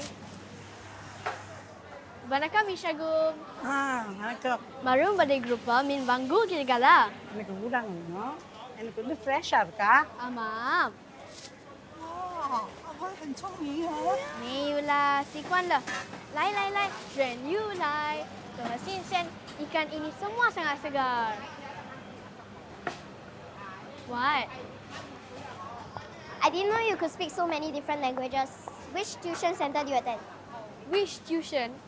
Oh, I've been helping my nenek since I was 5. Then why do you always get 0 for your English spelling test? Did you heard any of the aunties speaking English just now? No. 竟然你那么 smart， 不然我们从现在就讲华语咯。来啦，谁怕谁？那给你，开工吧。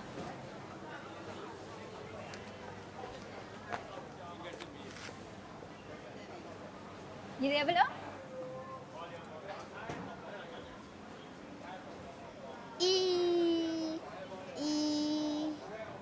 Lipan, ini gugur. Hah? Modern Telepe Venezuela. Oh.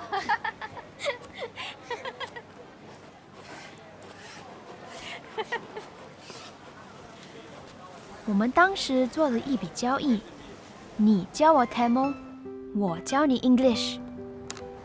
Spell hippopotamus. H I P P O P E P O 是 hippopotamus， 不是 hippopotamus。啊 ，OK T A M U S H I P P O T A M U S。 哎，拿来给我。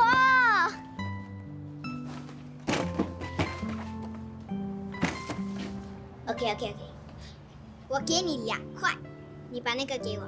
不要，我不要。现在拿给我。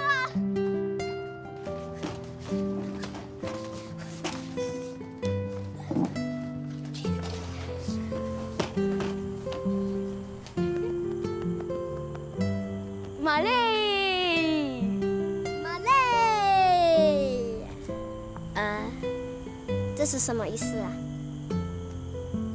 ？Mountain 山。哈，这是 mountain 咩？ I think so。哈 ？But I don't think 是 mountain 哎。哎，你去哪里 ？Far away. Far away. HAZIQ。哎，日期，今天是10月8号。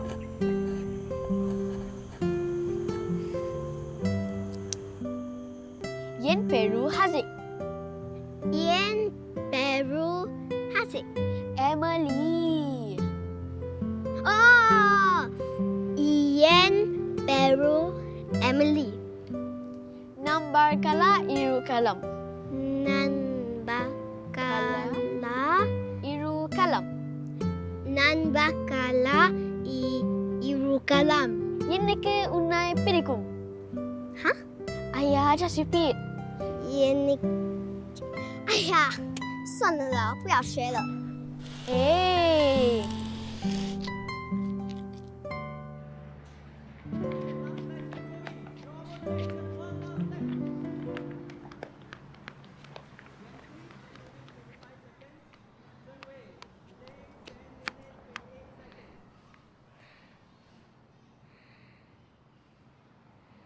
加油 ，Emily！Come on， 不要停，继续跑，你可以的 ，Emily，加油加油，不要放弃 ，Go Emily Go！Go Emily Go！Emily！Oops！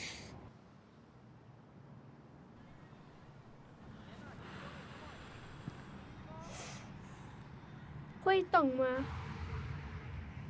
哎，那，给你。Gummy bear？我的奶奶告诉我，Gummy bear 有神奇的 power。神奇的 power？什么 power？让所有痛苦消失的 power。Try。Okay, get up. 我陪你训练，我们比赛跑，看谁最快？当然是我最快啊！是啊，是啊。OK， 我是1、2，嘿，你记 ，loser。就这样 ，Gummy Bear 成为了我们之间友情的信物。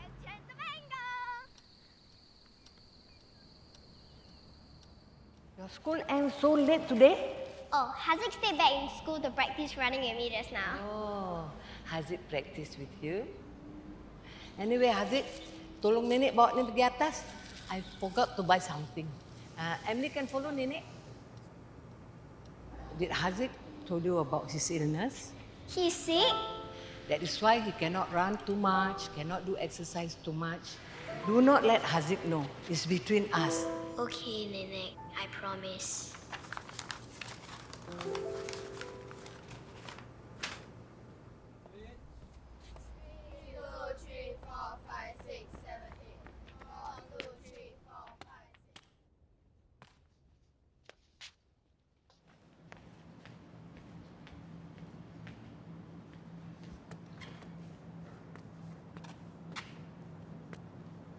Eh?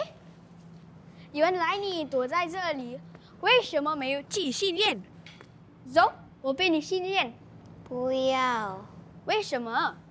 不想跑。你的不是 loser， 你是 winner。winner 不可以休息。不要。你的比赛要到了，不练习就来不及了。哎，你还好吗？不要笑我。我没事，只是说我没睡好。骗人！你的奶奶已经告诉我了。你看你的身体那么 weak， 还一直叫我跑。你说我是你的 best friend， 是要你这种一直骗人的 best friend。走开，我不要看到你了。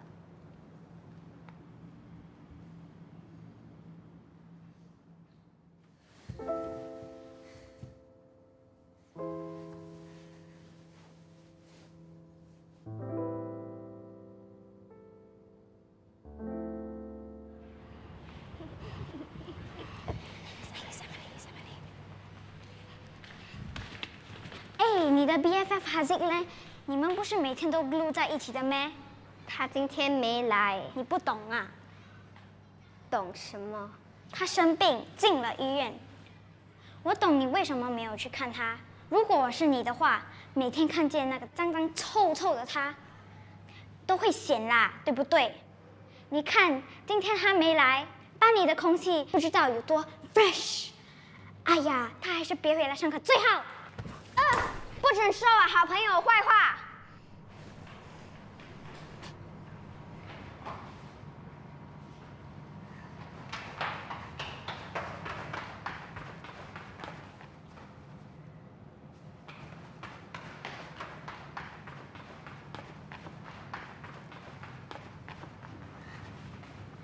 Nenek!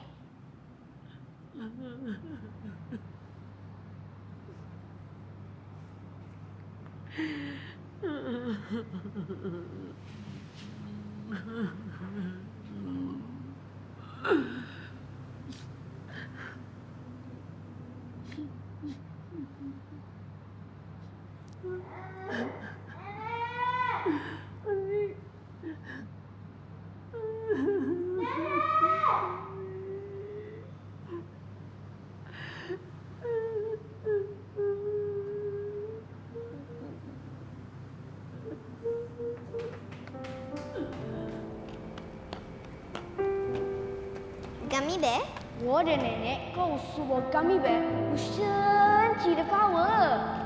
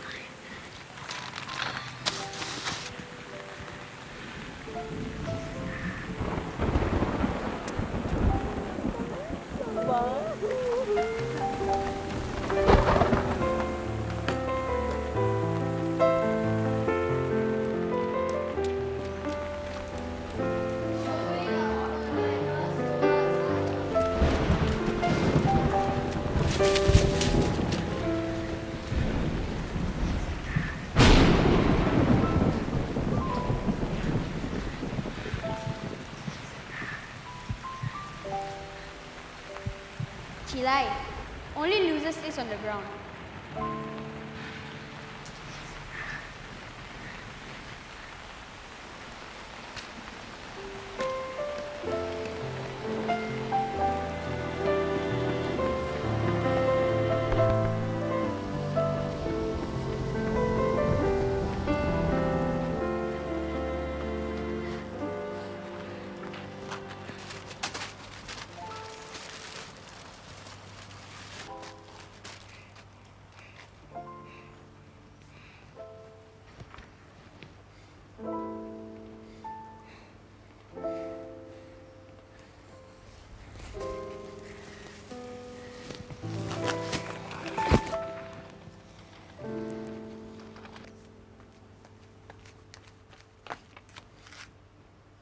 Hey, உனக்கு என்ன வேணும்? Hey, உனக்கு என்ன வேணும்? சொல்லு, நான் உனக்கு உதவி செய்றேன். சொல்லு.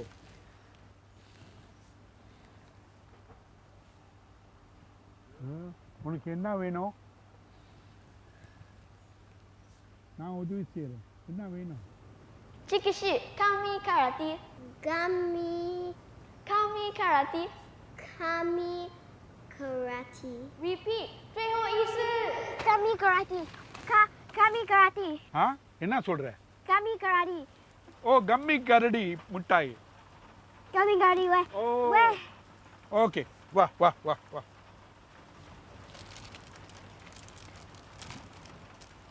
கம்மி கரடி முட்டாய்.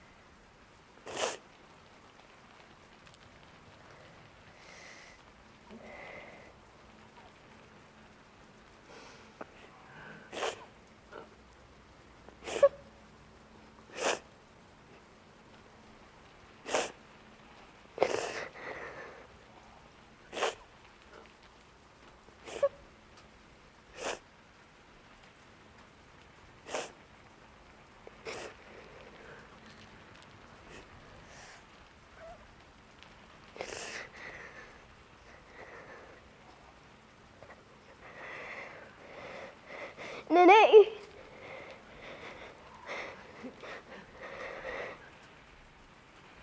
Doctor, nurse, doctor. 医生认为当时的哈吉能存活下来，简直是个医学奇迹。对奶奶而言，是她祷告的力量唤醒了她的孙子。人的一生中会遇到很多朋友，我很庆幸在我最懵懂的年纪遇到了哈吉。记得一开始我瞧不起他，甚至还欺负他。直到后来慢慢相处后，我才发现他那与众非凡的一面。虽然哈吉最终还是离开了这个世界，但我们俩共享的时光已深深烙印在我逝去的童年中。他让我领悟到了许多课堂上所学不到的人生技能，他也教会了我，在梦想的道路上，哪怕铺满荆棘，也要不懈奋斗，直到尽头。那些曾共享过的欢笑与泪水，始终让我难以忘怀。而在我那逝去的童年里，过去美好的时光也在无形之中织就为色彩斑斓的回忆。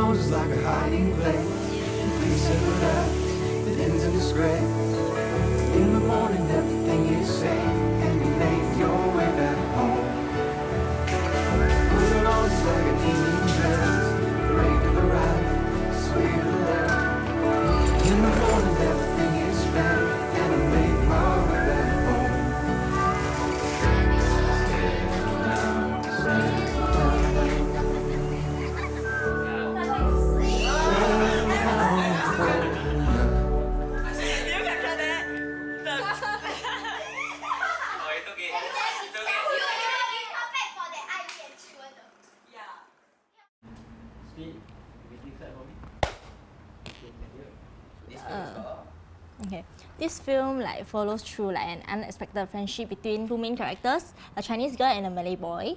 For the Chinese girl, Emily, she is a very book smart person, but then she gives up very easily, outside of the classroom. Then as for the Malay boy, he doesn't really do well in a classroom setting, he doesn't do well in his studies, but then he's a very street smart person. Then through this story, we get to see how each of them overcome their own challenges. This story is actually inspired by my childhood incident when Emily and Sarah they sneak into the classroom to put the egg into Hajik's bag. I actually did that when I was in primary school to one of my classmates. He always gets 0 for his spelling test, and our teacher actually made funny remarks hey, you're not a chicken, so why do you keep laying eggs? When I was brainstorming for the story, I thought it would be very interesting if I can put this very innocent childhood prank into the story. For Xingnan Primary School, right? So basically what happened is that I sent out a whole lot of emails, and then 3 primary schools came back to me. It was Canberra Primary School, Jurong West Primary School and Xingnan Primary School. And so we went to scout all these locations, and I found that Xingnan Primary School was the better location to choose because of what they're allowing us to do to their classrooms. We got this location for Xingnan Primary School, and they were more than willing to let their students try out for some parts and also be in the film. So most of our extras are actually students from Xingnan itself.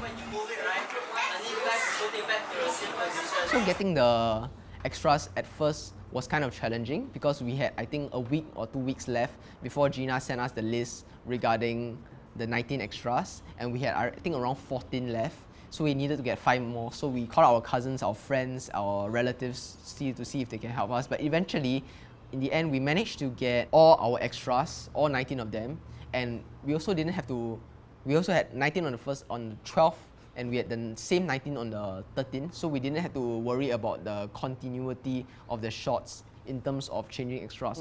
Clara had this emotional thing where she asked Joshua, our production designer, to give these little nice goodie bags to them, and when they bid farewell, it was kind of emotional.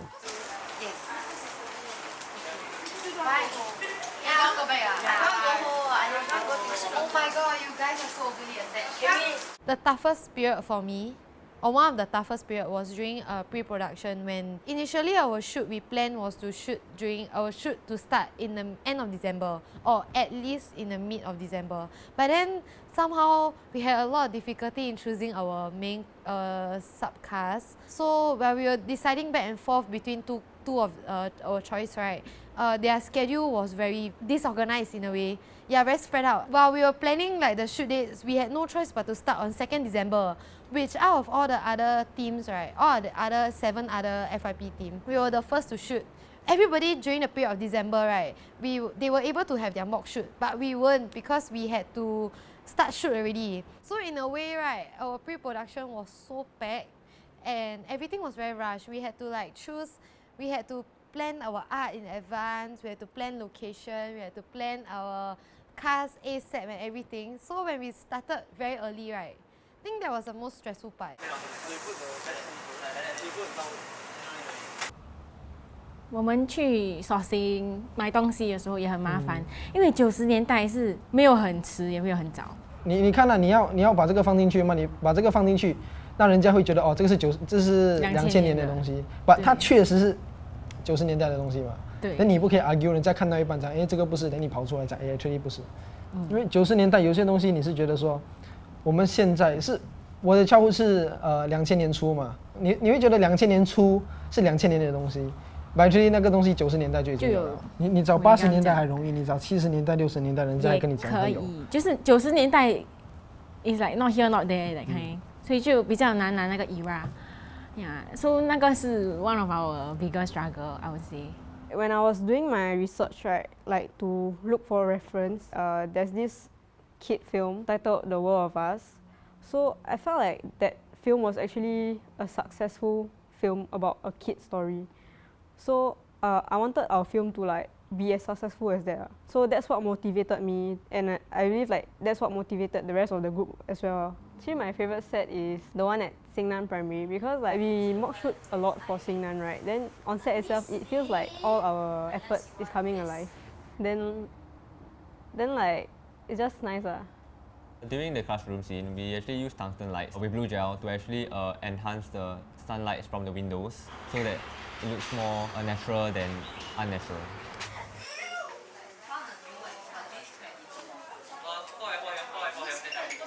There's some points when we were shooting, it would actually rain because at the December period, it was the monsoon season and it rained a lot. It took a lot of time to actually light up the scene because everything went dark, and then we need to recreate the same ambient as what it was when it's sunny. So using the gimbal was like probably the worst thing I had to deal with. I had to like tear down the camera, like all the cages and everything, and put it onto the gimbal and then like balance like all the 3 axes. It takes like very long, like 30 minutes to 45 minutes. It's like one of the worst things to do. So on the 13th of December, right, was our 4th day of shoot, also known as our last day of shoot at Xingnan. And we couldn't finish our last scene in the classroom because the school had limitations as well. Like, school was starting for them, so the teachers had to come back during the last week of December to prep the classroom for the new batch of students. I remember like after shoot and then I was crying but begging Mr. Lim, which I'm very thankful. Insert picture here, please. Like, I was very thankful for him because like he knew that we couldn't finish our shoot. We couldn't finish our shoot, and he went to help us to beg the teachers as well to let them have the classroom again for one last day. So I mean, without him, I don't think we'll be able to get the classroom as well. 我印象最深刻的是那个 market scene 啊。我也是，只是没有讲人。因为就是 market scene 是在今年2020年1月1号，然后就是我们前一天跨年的时候，我们就 count down， 然后3、2、1，耶 ，Happy New Year， 新年快乐，然后睡都没有睡哦，没有睡，回家换衣服，我跟 Joshua 就 meet，半夜就 meet 在 Jurong Fishery Port， 对，去买鱼。新年嘛，新年很多人在巴沙。There were like so many people. We didn't even think that there would be that many people in the market at that time. There was this shot, right? The camera have to like move back. We cannot see who's at the back. So like I have to like be in the middle of the camera and like the auntie and uncle at the back. Then like sometimes like the camera is pushing this way. Then like there's people standing here. Then sometimes I'll get squashed in the middle. Then I remember I got like hit an auntie on the head before. I feel so bad. But yeah.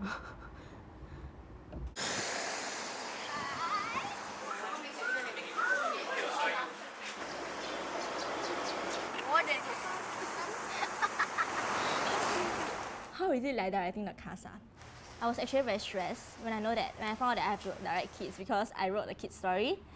Because they are all very young and they don't really have a lot of life experiences compared to all of us. And there are a lot of things 他们不知道怎么去感受啊，怎么去表达这些情感。所以 for me as a director, right, I have to think out of the box to think of like how to communicate with them better. For East, he's playing a role of Haziq, who is able to speak a lot of languages. But then for himself, he can only speak Malay and English. He can't even speak Chinese and even Hokkien all. But then in our script, I actually wrote that he's a multilingual person. So he has to memorize every single line that's not English and that's not Malay. Sure? Sure. Okay. 我数。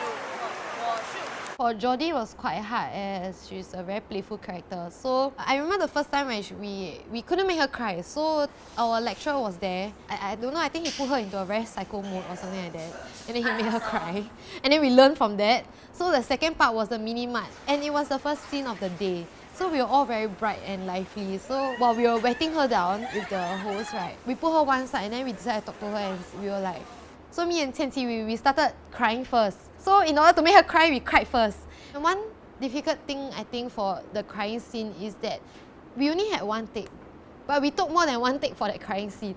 And then we couldn't really get her to cry that much anymore after a while. Because her tears kind of dried up and she went back to her happy little place. Yeah, so yeah, it was quite tough. It was very draining. Yeah. One thing I struggle with editing is some parts of the acting is better in, like, say, take 3. But then another part of the acting is better in take 7. So like I have to like look through every take. Then I have to like pick out like from different takes and then make sure like it actually like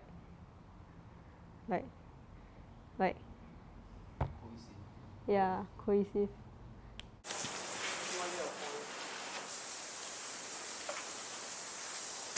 My favorite shot was at Juchet.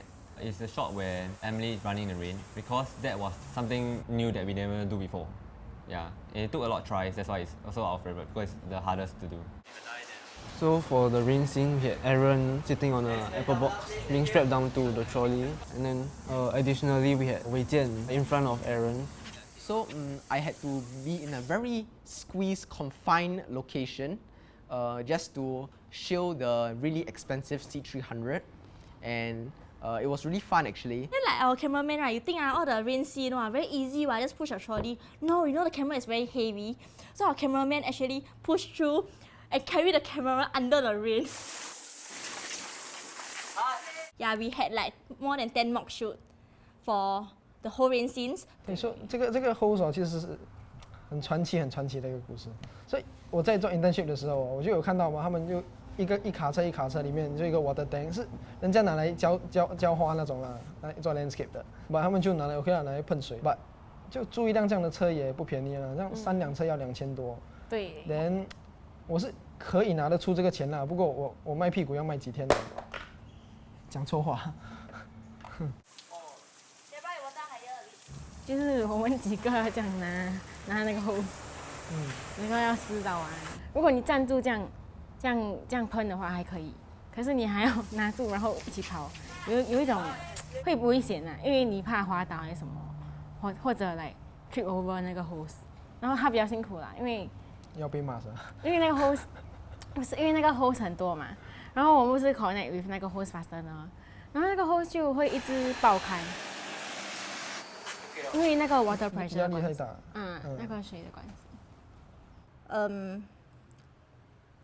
Like I want to write a story about childhood is because like childhood is very, it's very simple and very encouraging. When the audience watch this film, right, I hope that they can teleport back to their childhood and then to see the world from a children's perspective, like how this world is actually very beautiful and it's not as complicated as we thought it is. Like 你懂like 小孩子 right？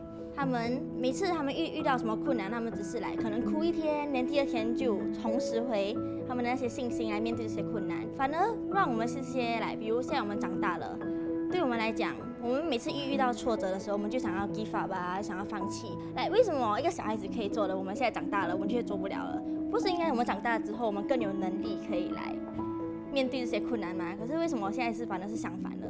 For me, when I watch back the film, right, I feel that I kind of resonate back to my childhood, and that like, let's just say during this whole film, this whole period, right, I realized that the story, the innocence of kids, right, will always stay with us.